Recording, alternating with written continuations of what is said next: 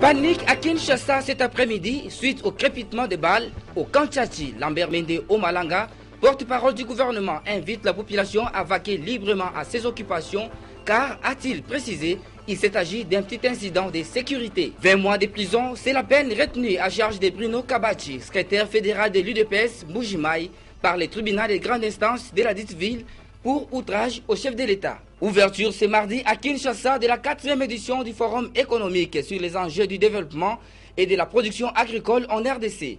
Jean-Paul Nemoyato, ministre de l'économie, a personnellement présidé ces assises en remplacement du Premier ministre empêché. Antenne A, le journal John Gomboa. Bonsoir madame, monsieur, bonsoir. Journée mouvementée ce mardi à Kinshasa. À la mi-journée, des coups de feu nourris ont retenti dans le Kanchachi, situé dans l'ouest de la ville de Kinshasa. Du coup, le centre-ville s'est vidé dans une panique générale, comme l'a constaté il y a quelques instants dans mon mat. Il est exactement 15h30 à Kinshasa. Nous sommes sur le fameux boulevard du 30 juin. Les arrêts sont envahis par une foule nombreuse. Personne ne sait exactement ce qui se passe dans la ville de Kinshasa en ce moment, mais une chose est sûre, automobilistes et piétons, chacun s'empresse depuis le boulevard du 30 juin. Dans Momat et Djouzen Belebele pour le compte d'Antenne A. Ben voilà, depuis lors, la situation est revenue au calme dans la ville de Kinshasa. Interrogé au téléphone par Alain Kyuka, le porte-parole du gouvernement central, Lambert Mende parle d'un petit incident de sécurité. Il y a eu un petit incident de sécurité dans la hiérarchie des incidents et des problèmes qui peuvent survenir. C'est vraiment un petit incident parce qu'un petit groupe d'hommes a tenté une intrusion irrégulière dans l'enceinte du Kanchachi qui abrite les services de nos forces de défense et ils ont été neutralisés complètement après quelques minutes d'affrontement avec la garde. Alors les coups de feu qui ont été tirés en cette circonstance ont fait penser à quelque chose de beaucoup plus grave sur la ville. Il y a eu un mouvement de panique, mais qui ne se justifie pas du tout au regard des rapports que l'armée nous fait. Nous attendons l'identification des intéressés. Ça pourrait être des terroristes, ça pourrait être aussi bien un groupe de voleurs à main armée qui ont tenté cette action sur le Kanchachi qui abrite les bureaux du ministère de la Défense. Mais il n'y a aucune raison de paniquer parce que depuis 14h30, l'ordre était revenu dans la ville. Nous sommes un pays qui suscite bien de convoitises, que nous ne pouvons pas dormir sur nos lauriers, que nous devons multiplier notre vigilance, mais en même temps un message en direction des candidats assaillants qu'ils vont toujours trouver plus fort qu'eux et qu'ils vont soit perdre la vie, soit perdre la liberté quand ils se frottent à la République démocratique du Congo. Signalons que Radio France Internationale captée à Kinshasa a déclaré qu'il y a plus ou moins 9 morts identifiés après ces coups de feu. Pour le gouverneur de la ville de Kinshasa, il s'agit des éléments incontrôlés qui ont tenté de semer la terreur, ce sont ses propres paroles, dans cette partie de la capitale. Donc le Kanchachi, le gouverneur de la ville, appelle au calme. Il est ici au micro de Willy Kacha. Pour rappeler à l'attention des Kinoises et des Kinois que Kinshasa c'est une grande ville. Une ville qui compte plus ou moins 10 millions d'habitants. Et dans toutes les grandes villes du monde, il est normal qu'on puisse observer certaines situations tendant à troubler l'ordre public. Parce que la population de Kinshasa comprend non seulement des citoyens qui respectent les lois de la République, nous avons aussi ce qu'on appelle généralement le hors-la-loi, donc des inciviques. Et ce matin, effectivement, un groupe d'inciviques, ce groupe-là a tenté de troubler l'ordre public dans la ville. Et c'est ce qui a créé ce mouvement de panique, pas à travers toute la ville, mais c'est une partie. Et je tiens à informer la population que nos forces armées de la République, la police et les services de sécurité ont intervenu et je confirme qu'ils ont neutralisé ces inciviques. À l'heure actuelle, les Quinoises et les Quinois peuvent vaquer librement à leurs occupations. Le calme est revenu totalement dans la ville. Je tiens également à insister sur la vigilance des Quinoises et Quinois. Parce que... À propos du calme qui est revenu, effectivement, il est tellement revenu qu'au centre-ville, il n'y a plus âme qui bouge. Et alors, on rencontre des situations contrastées du genre des bus de la compagnie de transport Transco qui attendent des passagers qui ont déjà pris la ligne 11, comme on dit à Kinshasa, pour entrer chez eux. C'est très tranquille au centre-ville ce soir, effectivement. Nous allons partir au Nord Kivu où deux fosses communes viennent d'être découvertes dans la région de Tchanzu, une partie du territoire de Rutshuru qu'occupait la rébellion du M23 selon la MONUSCO Goma et le chef de groupement de cette contrée. Ces fosses communes contiennent des restes humains. Christian Iringue est notre correspondant à Goma. Des découvertes qui incriminent encore la rébellion du M23. En effet, la MONUSCO a confirmé par les billets d'un de ses porte-paroles, Amadou Ba, la présence de fosses communes dans la région de Tchanzu, dernier bastion du M23, à plus ou moins 20 km au sud-ouest de Rutshuru centre. Selon toujours la même source, ces fosses communes contiendraient des restes de corps humains, les uns dans de cercueils et les autres en décomposition très avancée. Les tenues militaires ont été également retrouvées dans ces fosses, retrouvées à des endroits différents. À première vue, on croit que ces hommes seraient tués par les éléments du M23. Le chef coutumier du groupement de Yomba, contacté, confirme également la présence de ces fosses communes dans cette zone jadis occupée par les rebelles du M23. Boniface Ndouiraï dit que ces fosses mesurent 3 mètres de large, 16 mètres de longueur et 3,5 mètres de profondeur. Des enquêtes doivent être menées par les experts pour connaître dans quelles circonstances ces hommes étaient tués et leurs identités également. Pour l'instant, on ne peut pas dire plus sur ces macabres découvertes. Goma, Christian Iringue, Antenne A. Nouvelle Nation au sommaire, il s'est ouvert ce mardi à Kinshasa la 4e édition du Forum économique sur les enjeux du développement économique et de la relance de la production agricole en République démocratique du Congo. Les représentants des associations patronales, ministres provinciaux, sociétés civiles, fédérations d'entreprises du Congo, les corps scientifiques sont les participants à ces assises qui se tiennent sous le patronage du Premier ministre Matata Ponyo. C'est un reportage signé Dieu merci Nzob Mabiala et Blaise Lunda. Cette 4e édition du Forum économique organisé par le CPCE est non seulement un rendez-vous d'évaluation et de balisage de la marche de l'économie pour son émergence d'ici 2030, mais place en même temps la province au centre de ses préoccupations, car il a été révélé que la problématique des PME et PMI est efficiente en RDC et que toutes les provinces ont chacune des atouts spécifiques pour leur développement. Mais que reste-t-il à faire? Des mécanismes de relance de la croissance dans différents secteurs porteurs de l'économie pourraient être élaborés en vue de rompre avec le déficit alimentaire, la flambée des prix et la dépendance extérieure. Le ministre de l'économie et du commerce, représentant du Premier ministre Augustin Matata Ponyo, a, à titre de rappel, évoqué la particularité des éditions précédentes, tout en martelant sur les objectifs essentiels à atteindre pour ces assises. 2. Faciliter la mise en œuvre des initiatives de la base au sommet. 3. Renforcer la chaîne d'approvisionnement intérieur. 4. Intégrer le commerce national. Pour atteindre ces objectifs, la méthodologie à suivre consiste d'abord à présenter les exposés suivant les sous-thèmes d'orientation générale animés par les membres du gouvernement et ensuite approfondir les thématiques s'y rapportant et à débattre la situation particulière de chaque province. Le constat sur le terrain est qu'il y a des zones de production excédentaires, mais il n'y a pas encore autosuffisance alimentaire. Il est donc attendu des participants l'élaboration d'un programme cohérent et exécutable, capable de pallier aux maux qui gangrènent ce secteur.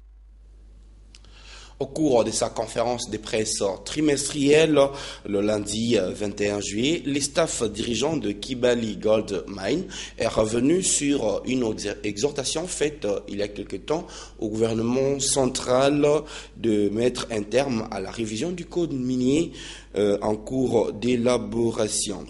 Selon cette entreprise minière, le gouvernement central peut beaucoup gagner avec les codes miniers existants en mettant fin à l'exploitation illégale de minerais. C'est un reportage de Eric Izami. Un parterre d'invités venus d'horizons divers, gouvernement tant national que provincial, les élus parlementaires, les jeunes étudiants en géologie, les intellectuels congolais et étrangers, la presse. Marc Bristow est intervenu pour parler des travaux de développement qui se poursuivent à Doko dans le territoire de Ouatsa en province orientale. Le PDG de Kibali Gold Mines est soutenu par Luatum Kabamba, DG de cette entreprise aurifère. Kibali Gold Mines comprendra une mine à ciel ouvert et souterraine, des circuits de traitement de minerais sulfurés et oxydés, ainsi que 4 centrales hydroélectriques d'une capacité totale de 48 MW. En toute modestie, les staffs dirigeants a réexprimé sa volonté de poursuivre ce voyage avec efficacité. Au Congo-Kinshasa, la révision du code minier reste d'actualité. Et pour les staffs dirigeants de Kibali Gold Mines, le gouvernement de la RDC devrait seulement couper court à l'exploitation illégale des nombreux opérateurs miniers, notamment dans les concessions de la Gécamine dans la province du Katanga. Regardez la quantité de minerais qui est extrait en toute illégalité, qui est vendu en toute illégalité, qui est traité dans des fours qui sont opérés par des Chinois, des Indiens en toute illégalité. Prenons le cas du Katanga, avec du courant détourné de la Gécamine glaciaire en toute illégalité. Et le tout avec un produit fini vendu en toute illégalité. Prenez la résultante de ce manque à gagner pour l'État. Si vous pouvez ramener tout ce monde sur le code minier, vous serez surpris de voir ce que ce code minier peut faire pour le trésor de ce pays, sans changer une seule virgule à ce code minier. Si chacun arrivait à respecter son engagement, mieux se portera le secteur minier, RD congolais, et le trésor public va engranger beaucoup de devises. La République démocratique du Congo est autorisée à exporter davantage le bois Afromosia suite au respect par les pays des normes en la matière. Lucie Mamba vous présente ce que c'est que l'Afromosia. L'Afromosia est une essence de bois protégé qui apparaît en RDC, au Cameroun, en Côte d'Ivoire et au Nigeria. Cette essence de bois est soumise à des règlements au niveau de sa commercialisation, ce qui la rend tellement chère. La menuiserie extérieure en Afromosia est recommandée car l'Afromosia résiste à l'usure du temps et donne toutes les garanties d'un placement à vie et même plus. Ce bois protégé est travaillé d'une manière responsable en produisant aussi peu de déchets que possible lors de la production de la menuiserie. Selon le lieu de croissance, les racines peuvent s'épaissir pour atteindre jusqu'à 2,5 mètres de haut. La couleur du durament, il va du brun jaunâtre, du brun moyen au brun foncé. L'extérieur ressemble au teck. Le bois d'oublié est blanc-jaune et fait 10 à 30 mm de large. Autre chose, Didier Reynders, ministre des Affaires étrangères belge, sera fin août 2014 à Kinshasa pour assister à la pose de la première pierre des constructions de l'ambassade de Belgique sur le boulevard du 30 juin. C'est le message qu'a apporté l'ambassadeur de la Belgique à Kinshasa, Michel Lachenko, a été reçu ce mardi par le ministre des Affaires étrangères Raymond Tshibanda. Patricia Amouli. En août 2014, la Grande-Bretagne aura la présidence du Conseil de sécurité des Nations Unies dont les débats se focalisera sur la situation sécuritaire en RDC et dans les Grands Lacs. Notamment, la question de FDLR sera au menu des entretiens. Madame Diane Corneille l'a dit ce 22 juillet au ministre des Affaires étrangères. Alors bien sûr, nous voudrions, comme tous les pays membres du Conseil de sécurité, nous voudrions bien voir un fin à tous les groupes armés ici en RDC. Nous voulons voir la stabilité, la restauration de la paix en RDC. Et voilà, nous suivons de près ce qui se passe avec le FDLR. L'important, c'est qu'il y aura une résolution aussi vite que possible pour mettre fin à ce groupe, à tous les autres groupes aussi. Avec l'ambassadeur du Rhum de Belgique en RDC, Michel Lanchenko, il était question d'annoncer au chef de la diplomatie congolaise, Raymond Tshibanda, la prochaine visite du vice-premier ministre, ministre belge des Affaires étrangères, Didier Reynders. Il viendra ici fin août, et alors nous avons évoqué les problèmes qui seraient discutés lors de cette visite, qui sera principalement consacrée à la pose de la première pierre de notre nouvelle ambassade. Vous savez, nous construisons une nouvelle ambassade sur le boulevard du 30 juin. Et il est tout à fait normal que le ministre des Affaires étrangères de Belgique et le ministre des Affaires étrangères du Congo participent à cette cérémonie. Les deux personnalités ont également abordé la question de la commémoration du centenaire de la Grande Guerre à Kinshasa à la fin du mois d'octobre 2014. La hausse de prix du transport en commun n'est pas majorée d'une manière formelle et ces prix est majoré de manière tout à fait illicite, contrairement aux instructions de l'hôtel de ville. Les phénomènes de mi-terrain refait surface à la faveur de la légère hausse du prix du carburant constatée à Kinshasa. Lisette Manou, Sylvain Kapombo et Duzen Belebele. Depuis un temps, à Kinshasa, l'on observe une majoration des prix du carburant à la pompe. Mais le coût du transport en commun, lui, est resté intact, comme le témoignent certains passagers. Je n'ai pas encore constaté parce que moi, je prends le transport. 500, je suis en Djili, jusqu'au boulevard, je descends vers Royal pour aller faire mon job. Je viens qu'à 500, en aller comme en retour. Malgré cette stabilité dans la ville, c'est le phénomène demi-terrain, par contre, qui prend de plus en plus de l'ampleur dans certains coins de la capitale. Il n'a jamais fixé le prix, comment dirais-je, comme on travaille, le prix du carburant, ça s'augmente. Mais à tout moment, quand ça s'augmente, le prix des transports reste de la même.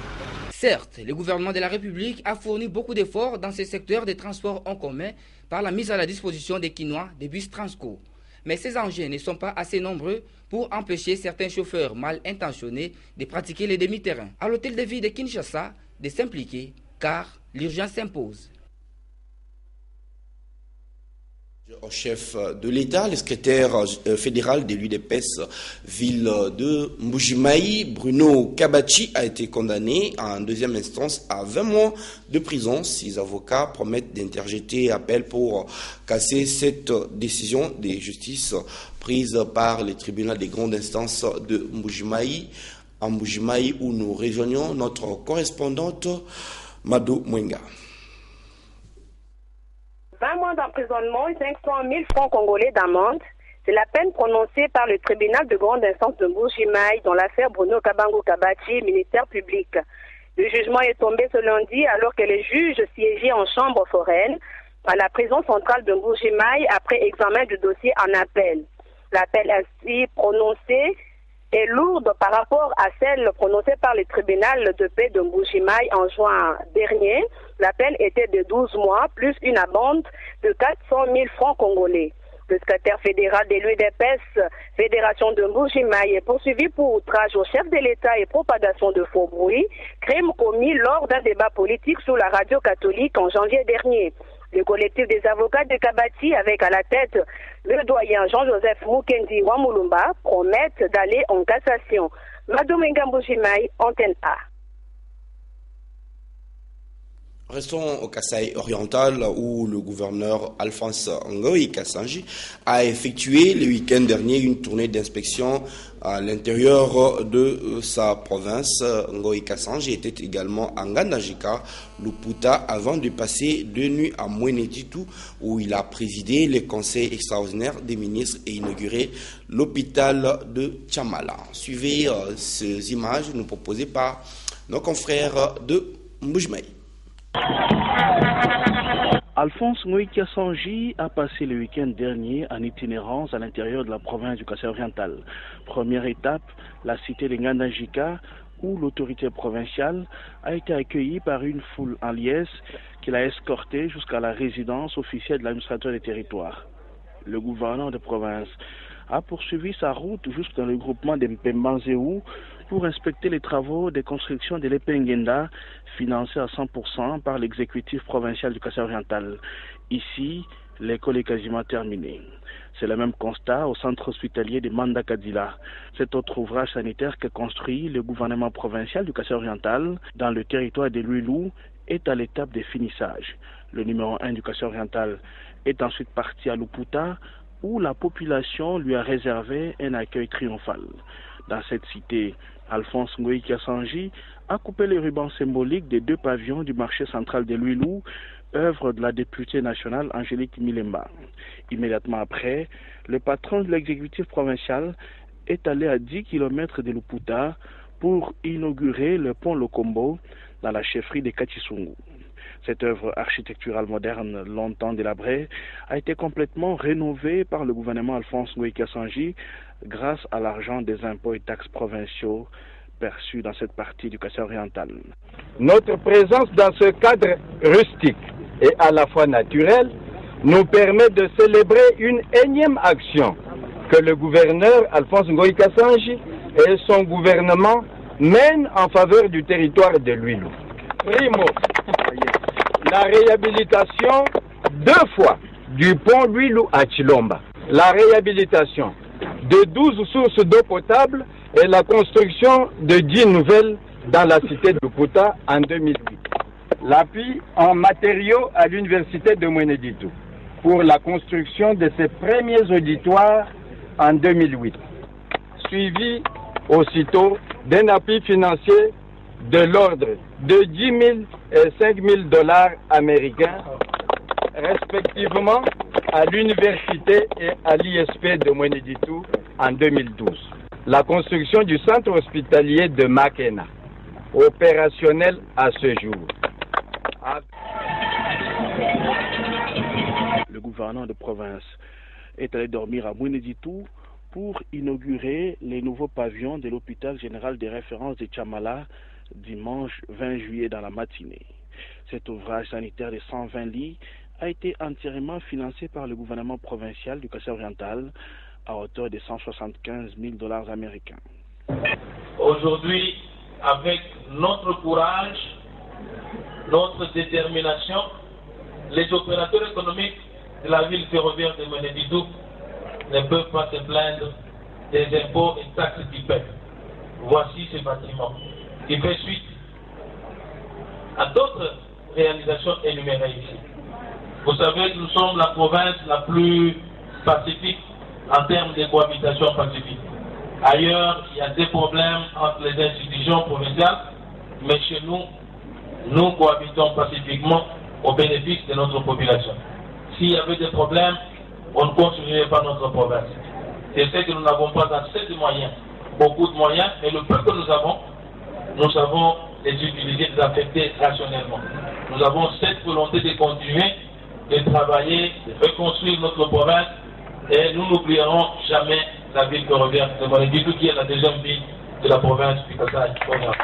C'est vrai, comme notre province, elle est grande, 173 000 km². Donc on est obligé de la parcourir du nord au sud, de l'est à l'ouest. C'est notre travail. Nous voici à Mweneditu. Je voudrais rassurer le médecin directeur que ce geste n'est pas le dernier. On a construit ce pavillon d'une capacité de 120 lits. Il faudrait prévoir pour un hôpital de référence une morgue que nous avons déjà dotée, mais il faut des infrastructures pour l'abriter. Donc nous allons très rapidement commencer à amorcer les travaux pour la construction du bâtiment qui va abriter la morgue. La joie était remarquable sur place. En dehors de cet acquis, Ngoï Kassanji a remis dernièrement un frigo mortuaire et un groupe électrogène de 75 kVA à cet hôpital qui abrite dès ce jour 180 lits au lieu des 60 anciens. Enfin, le gouvernement provincial du Kasaï-Oriental s'est réuni en conseil extraordinaire des ministres à Mouénéditou. Voilà, nous y reviendrons demain. L'Institut supérieur de l'informatique, programmation et analyse ISIPA a clôturé les week-ends derniers l'année académique 2013-2014. Plusieurs manifestations ont été organisées. À cette occasion, un accent a été mis sur l'organisation de l'élection Miss ISIPA parmi les activités retenues. Laïne Bofando pour le reportage. Si on doit joindre l'utile à l'agréable, on peut aussi joindre la beauté à la science. Ce dicton, l'ISIPA l'a compris. Le samedi 19 juillet 2014, le comité de gestion conduit par son président a organisé la 3e édition des Miss dans l'enceinte du terrain de basket de l'ISIPA Mouchi à Lingwala. Au total, 23 candidates ont rivalisé d'ardeur à travers leur intelligence, leur expression, mais aussi leur beauté. L'événement proprement dit a commencé avec les mots de circonstance du directeur général de l'ISIPA qui a loué l'initiative du comité de gestion avant de saluer les efforts du couple Ekanda pour son appui financier, matériel et moral qui a permis la réussite de cette manifestation. Le directeur général Michel Lodji a été relayé par le président des étudiants. Ce dernier a adressé des mots de reconnaissance aux autorités de l'ISIPA ainsi qu'à tous les étudiants pour l'adhésion massive à son idée. C'est après ces mots que les candidats ont commencé la procession devant le public et les membres du jury. Une pause a été observée. Puis est intervenue la 2e vague de défilés à l'issue duquel le jury a délibéré. Puis vint le moment tant attendu pour cette étudiante de première année de graduat en informatique de gestion d'être proclamée Miss ISIPA. Elle s'appelle Rose Mbita Bolia.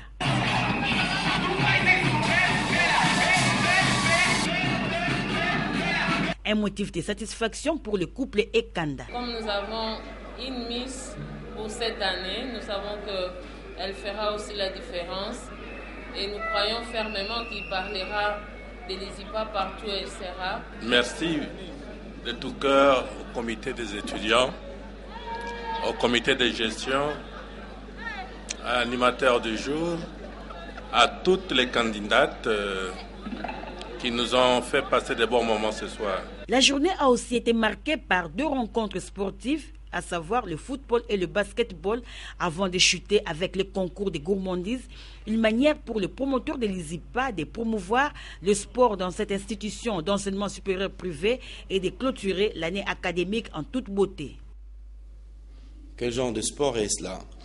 L'actuel CENI veut fonctionner dans la transparence. Son vice-président, André Pongwe, a conduit une délégation en province orientale pour y lancer les cadres des concertations avec les différentes parties prenantes au processus électoral 2013-2016. Eric Izami vous propose une page magazine à ce sujet. Après s'être montrée ouverte à ses différents partenaires à Kinshasa, la capitale, la Commission électorale nationale indépendante, CENI, qui milite pour fonctionner comme une maison faite en verre, est allée à la rencontre du Congo profond.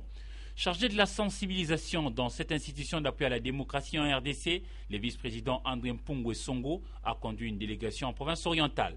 Première étape, Kisangani. Accompagnés de 2 membres de l'Assemblée plénière de la CENI, Elodine Tamuzinda et Noël Caputo, ils ont prioritairement rencontré les autorités locales, puis c'était le lancement des cadres de concertation avec les parties prenantes au processus électoral 2013-2016. À l'Assemblée provinciale, composée de 98 députés provinciaux, les vice-présidents et ses collègues ont explicité ce qu'il faut entendre par cadre de concertation. Les cadres des décisions qui ne constitueront nullement une surprise pour tous. Vu donc l'importance que revêt la tenue de ce genre de forum, je vous exhorte à participer massivement à chaque réunion pour permettre un échange constructif, boussole des élections libres, transparentes et apaisées. Ces cadres se veulent des espaces d'échange d'informations, cadres de partage en vue d'évoluer ensemble dans la transparence pour améliorer les processus électoraux biaisés en 2011. Et les erreurs doivent être corrigées. La CENI, comme vous le savez, se prépare à organiser les élections urbaines, municipales et locales. Le calendrier y afférent a été rendu public depuis le 26 mai 2014. C'est donc dans ce cadre que la CENI a décidé de mener une opération donc de fiabilisation du fichier électoral et de stabilisation des cartographies opérationnelles. Le cadre rassemble les acteurs divers selon les thèmes. Cadre de concertation CENI et groupes politiques, CENI et confessions religieuses, CENI et les jeunes, etc., etc. Mais 2011 a suscité tellement d'inquiétudes qu'il faut en parler. Et là, les uns et les autres se sont exprimés. Il faut nécessairement et effectivement que les élections au niveau local, au niveau urbain, au niveau municipal soient tenues. Et de cette façon-là, nos entités de base, pour lesquelles nous voudrions donner une nouvelle impulsion, soient alors dotées des dirigeants acceptés par les souverains primaires.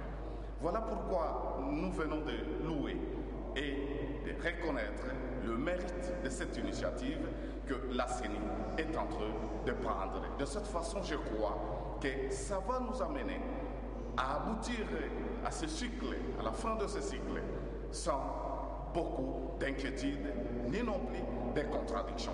L'actuel CENI est doté de l'Assemblée plénière comme organe de prise de décision. Et Noël Caputo, lui, se charge des questions de droits de l'homme. Au cours de différentes rencontres, tant avec les politiques, les acteurs de la société civile et autres catégories de la population, a répondu aux préoccupations soulevées. Autant Elodine Tamuzinda qui, elle, est responsable de tout ce qui touche les relations entre la Commission électorale nationale indépendante et les formations politiques, a également répondu aux partenaires, toujours dans les soucis de leur prouver que la centrale électorale a l'ambition de s'ouvrir à tous pour gagner le pari de bien organiser les élections dans la transparence et surtout dans la paix. Ce que la société civile propose, puisque la société civile doit être force des propositions. Du moment où il y a cette plainte, mais qui reste, qui est évoquée timidement, à un certain moment, on pourra se poser la question, mais qu'est-ce dit la société civile? Or, la société civile doit être vigilante. À un certain moment, c'est la société civile qui doit alerter. Les clignotants, lorsqu'il y a un clignotant rouge, il doit y avoir un bouton déclencheur qu'on appuie, sur lequel on appuie, je ne sais pas à quel point, pour que ça déclenche de l'autre côté. Donc, comprenez que les cadres de concertation sont là pour échanger, mais la société civile ne va pas baisser les bras, va continuer à jouer son rôle, mais dans les normes, s'il vous plaît, dans les normes, puisque nous tous, nous savons comment est-ce que ça fonctionne, et lorsque les propositions sont données, on doit savoir à qui s'adresser et comment le faire pour qu'il y ait des résultats escomptés. Nous sommes déjà au-delà de la moitié de 2014 et 2015 arrive à pas de géant. Et de Banana au Bas-Congo pour remonter à Libengezongo à l'équateur, enfin pour aller à l'extrême nord-est à Faradje pour redescendre à Sakanya. Il faudra que chacun de nous mette la main à la pâte pour réussir les élections locales, municipales et urbaines. Et surtout dans la paix. Depuis Kisangani, Eric Izami pour Antenne A TV. Voilà, Eric Izami dans ses œuvres. Ce soir, on ne sera pas en mesure de vous poser la revue de presse. Nous vous remercions de l'attention que vous nous avez accordée. Je vous retrouve demain 19h. Bonsoir.